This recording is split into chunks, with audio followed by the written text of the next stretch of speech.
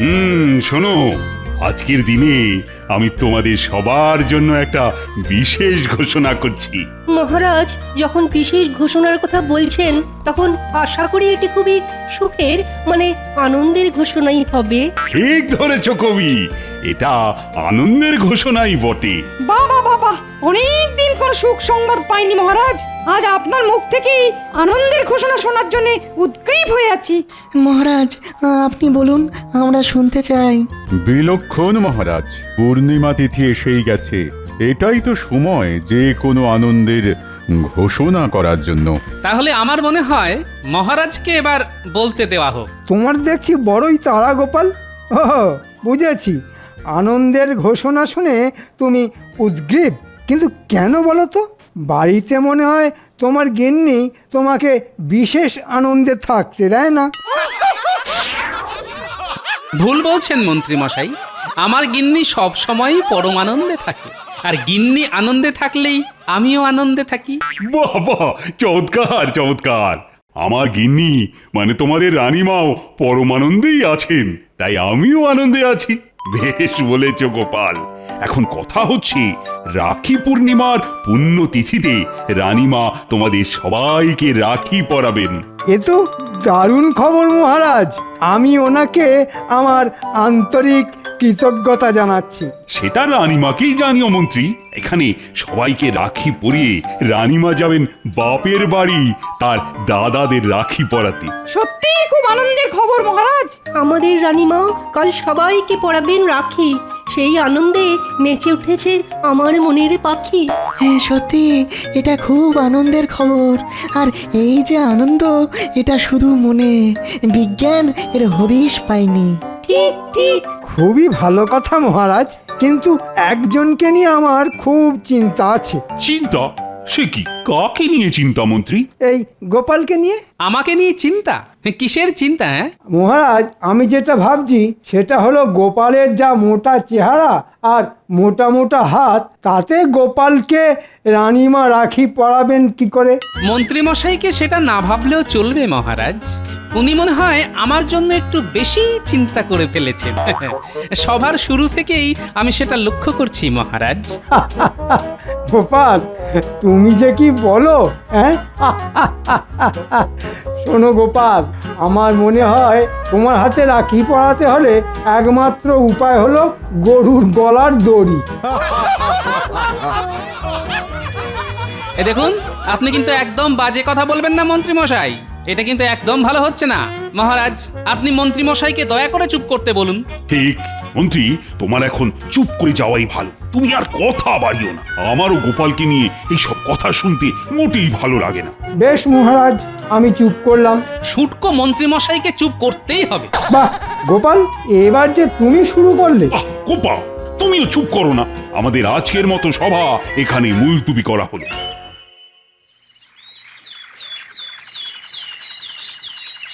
আমাকে শুটকো বলা?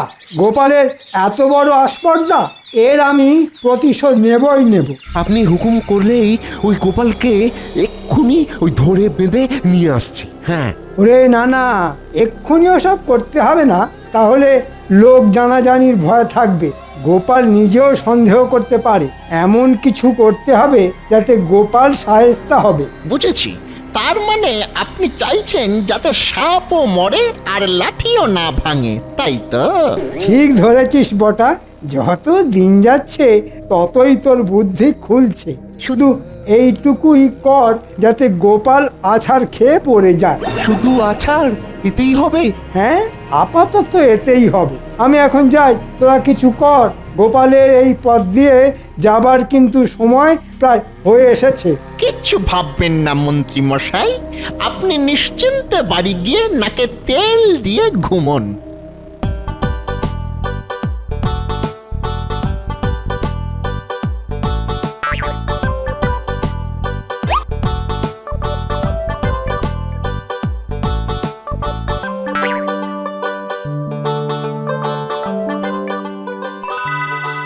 আমাকে এবার যে যেতে হবে।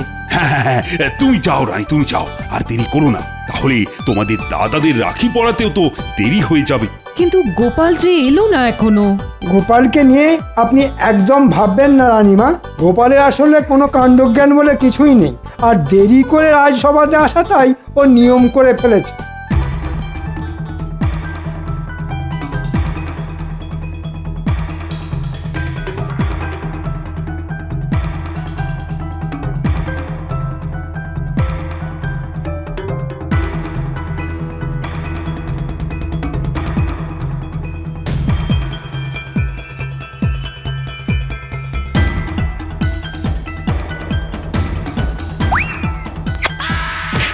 ওরে বাবা রে, মরে গেলাম। কে আছো? আমাকে একটু ধরে তোলো। ও কি সর্বনাশ, আমার তো পুরো গায়ে কাদা লেগে গেল। ও ও ওরে দেখ, এই বুড়োটা কিরকম কাদায় পড়ে খেলা করছে। এই জন্য বলা হয় বুড়ো মানে বাচ্চা, খেলার আর কিছু পেলে না, শুধু ওই কাদা। আমি বুঝতে পারছি আমার এই হাল কি করে হলো। তা তোরা কি আমাকে তুলবি নাকি শুধুই হাসবি? তুমি আরো খানিকক্ষণ ওই কাদার মধ্যে খেলো, বুঝলে? হ্যাঁ, তোমাকে তুলতে অনেক বড় বড় পালোয়ান লাগবে, আমাদের অত শক্তি কোথায় গো।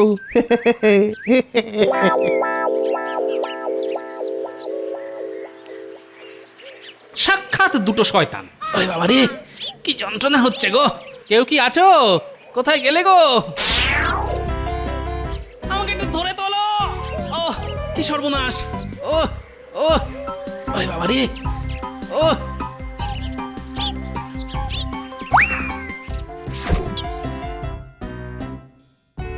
এ কি গোপাল দাদা, পড়ে গেলে কি করে? পড়েছি কি আর সাত করে?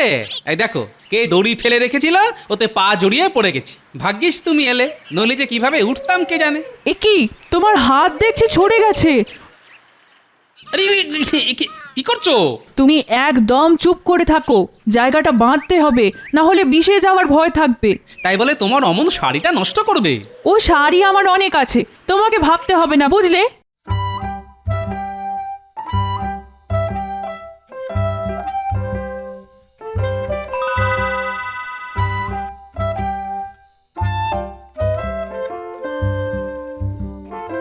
কি ব্যাপার গোপাল, এত দেরি কেন? রানীমার রাখি পরানো যে হয়ে গেল। আমি আগেই জানতাম মহারাজ গোপাল দেরি করে আসবে। মন্ত্রী মশাই, আপনি যে জানতেন সেটা আমি ভালোই বুঝতে পারছি। তুমি ঠিক কি বলতে চাইছো গোপাল? গোপাল, তুমি দেরি করে এসেছো সম্পূর্ণ তোমার দোষে। এখন উল্টো পাল্টা কথা বলে কথা ঘুরিও না তো। আমাকে মার্জনা করবেন মহারাজ, আমি একটু পড়ে গেছিলাম এই আর কি। কিন্তু বাকি কোনো সভাসদদের দেখছি না মহারাজ। কেন গোপাল, তাদের কি ঘর বাড়ি নেই? তুমি কখন আসবে সেই জন্য তারা সবাই বসে থাকবে, এটা তুমি আশা করো কি করে? না না না না, আমি কোনো আশাই করিনি। তবে কিনা বাড়িঘর নিশ্চয়ই আপনারও আছে, তাও আপনি আমার জন্য বসে আছেন দেখে আমি যার পর নাই আনন্দিত। আমার কথাতেই মন্ত্রী এখনো আছে গোপাল। তুমি নিশ্চয়ই জানো যে তোমাদের থেকে মন্ত্রীর কাজ কিঞ্চিত বেশি। যাই হোক, তোমার এখন কোনো কাজ নেই গোপাল, তুমি এখন আসতে পারো। যথা আজ্ঞা মহারাজ।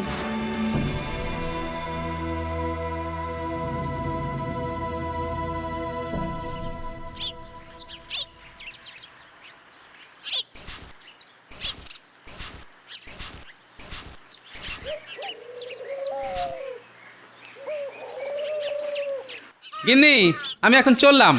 আজ একটু সকাল সকাল রাজসভায় যেতে হবে, বুঝলে? কাল যেতে খুব দেরি হয়ে গিয়েছিল। যাও, তবে যাবার আগে তোমাকে একটা কথা বলি। হ্যাঁ, একটা কথা? আচ্ছা বলো শুনি। এই আমার একটা নতুন কানের দুলের শখ হয়েছে গো। তুমি আমাকে একটা কানের দুল গড়িয়ে দাও। ও একটা? দু কানে নয় বলছো? বলো যা, আমি কি তোমার মতো কান কাটা নাকি? বলি, দুল কখনো এক কানে হয়? কোনোদিন কেউ শুনেছে? কথা ঘোরাবে না একদম, বলে দিচ্ছি। হ্যাঁ, পাগল, আমি কথা ঘোরাবো? তুমি তো আমাকে নাকে দড়ি দিয়ে ঘোরাচ্ছ। আবার বাজে কথা। আমি এখন চললাম।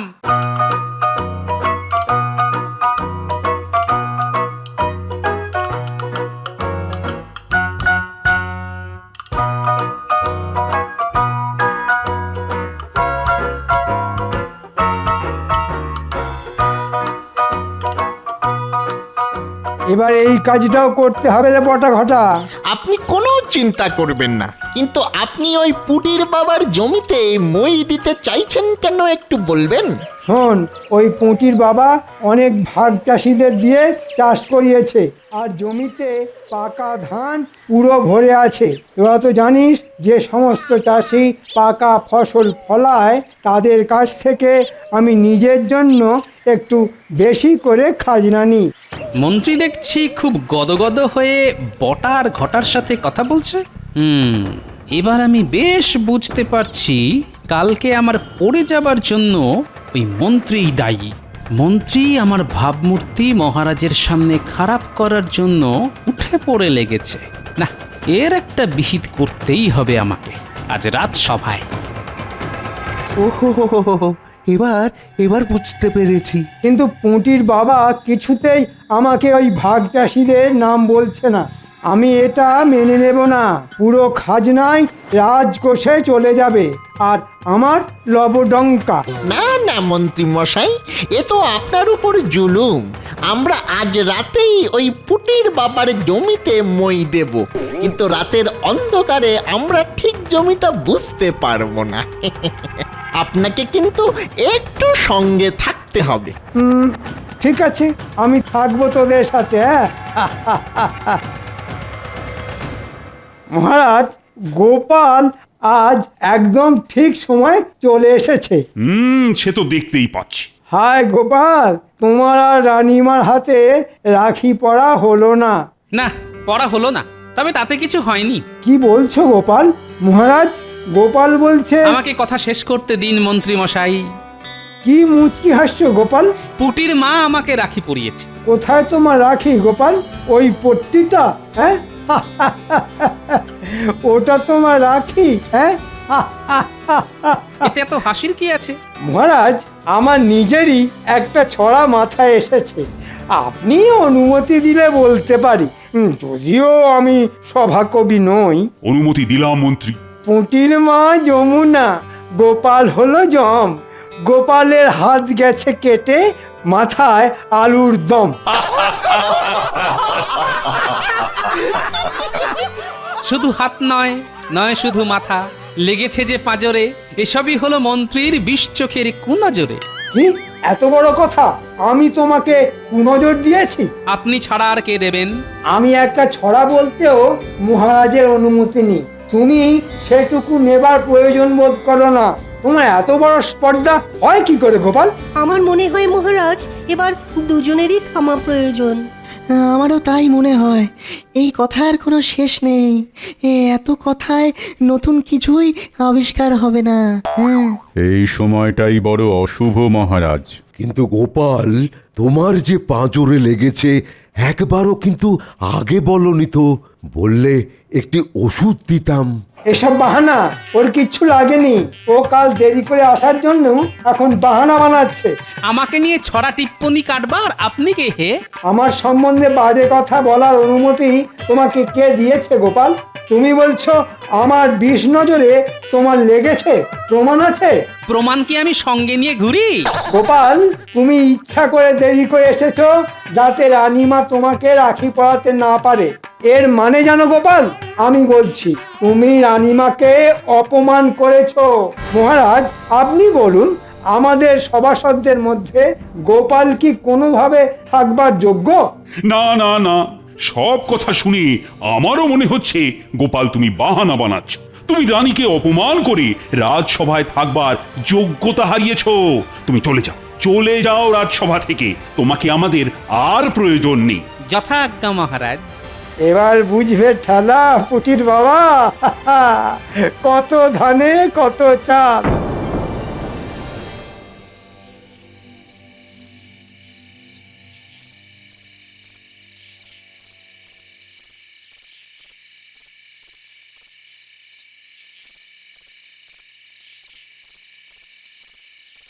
নে, তোরা কাজ কর, তোরা কাজ শুরু কর।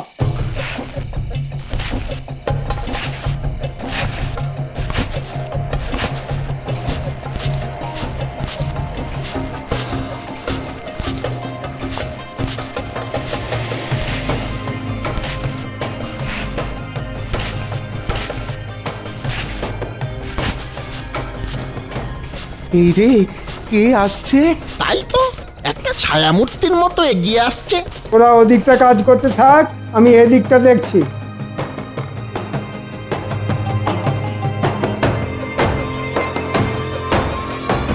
এই কে?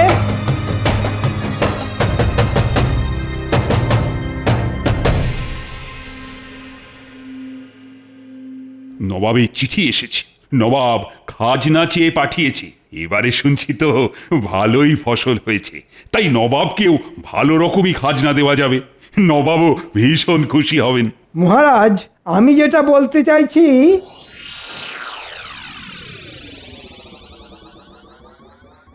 কি তোমরা এভাবে রাজসভায়, কিছু কি হয়েছে? কেঁদো না, কাঁদলে না আমি বড় অসহায় বোধ করি। কি হয়েছে আমাকে বলো, আমি কিছু একটা উপায় বার করব।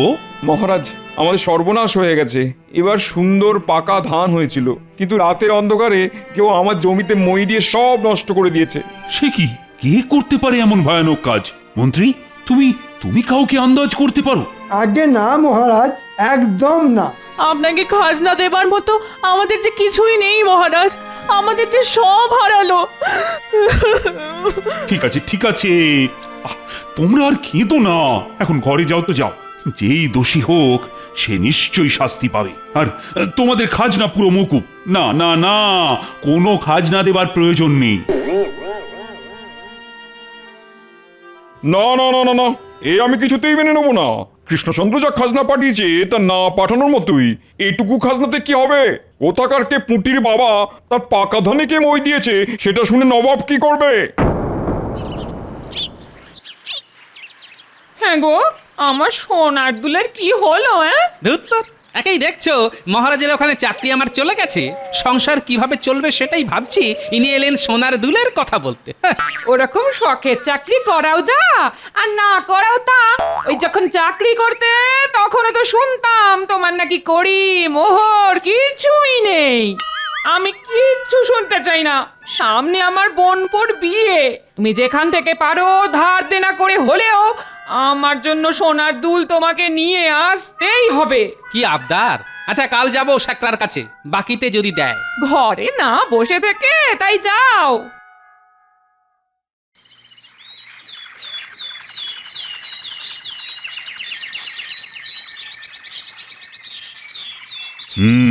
খুবই গুরুগম্ভীর বিষয়। নবাব একটি পত্র পাঠিয়েছেন, আর তাতে বলা হয়েছে হয় নবাবের পুরো খাজনা চাই, নয়তো পুঁটির বাবার পাকা ধানে যে মই দিয়েছে তাকে তার চাই। এটা কি করে সম্ভব মহারাজ? কে পুঁটির বাবার পাকা ধানে মই দিল তা তো আমরা জানি না। জানতে হবে, তুমি যেহেতু রাজ্যের মন্ত্রী তাই তোমাকেই জানতে হবে। আচ্ছা, আমি দেখছি মহারাজ, ঠিক কি করা যায়। ভাবো ভাবো, তোমরা সবাই ভাবো। নবাব রীতিমতো অপমান করেছে আমাকে, বলেছে যে মই দিয়েছে তাকে না পেলে আমার গর্দান নেবে। আমি ভাবছি যে মই দিয়েছে না তার আমি গর্দান নেব। সোনার দাম যে অনেক বেড়ে গেছে গোপাল। আমি বুঝতে পারছি। ওই একটু অল্প সোনা দিয়ে খাতটাত মিশিয়ে বানিয়ে দাও দেখি, মানে বেশ যেন চকচক করে আর কি, তাহলেই আমার গিন্নির মুখটা ঝকঝক করবে। কি যে বলেন গোপাল দাদা। আচ্ছা, এই আংটিতে কত ভরি সোনা আছে একটু মেপে দিন না। এই আংটি কোথায় পেলি বল? যাব বাবা, তোমাকে বলতে যাবো কেন? হ্যাঁ, এবার মার খাবি কিন্তু। এটা মন্ত্রীর আংটি, আমি খুব ভালো করেই চিনি। তুই মন্ত্রীর আংটি চুরি করেছিস? চুরি করব কেন? মন্ত্রী মশাই আমাকে দিয়েছেন। মন্ত্রী মশাই এমনি এমনি তোকে এত দামি আংটি দিয়ে দিল? এটা আমি বিশ্বাস করবো?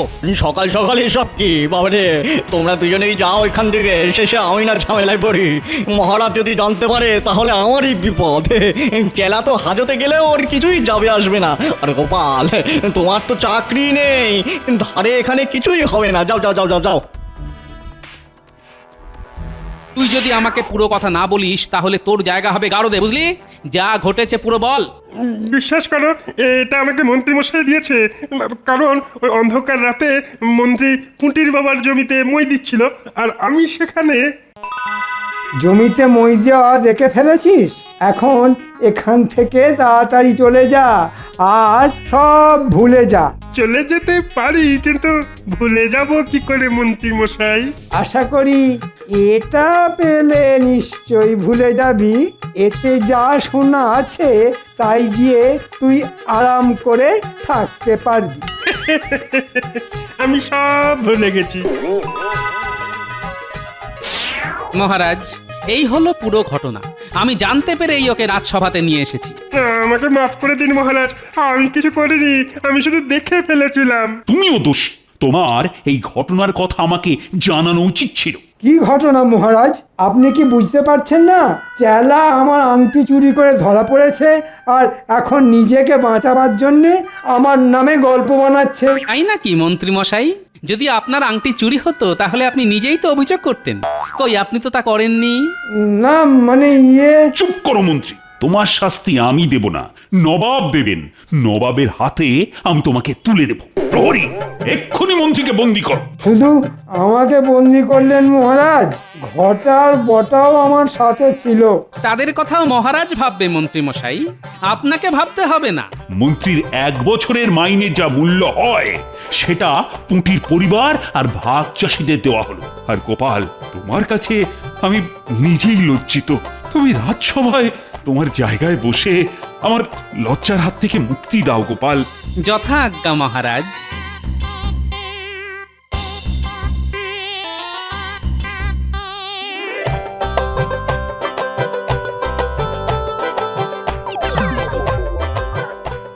গোপাল দাদা, তুমি আমাদের যা উপকার করলে তা কোনোদিন ভুলবো না। রাখি পূর্ণিমার দিনে তুমি কাপড়ের পাড় ছিঁড়ে পট্টি বেঁধেছিলে আমার ক্ষতস্থানে, ওটাই ছিল আমার কাছে রাখি। তাই বোনের বিপদে আপদে রক্ষা করা তো আমার কর্তব্য।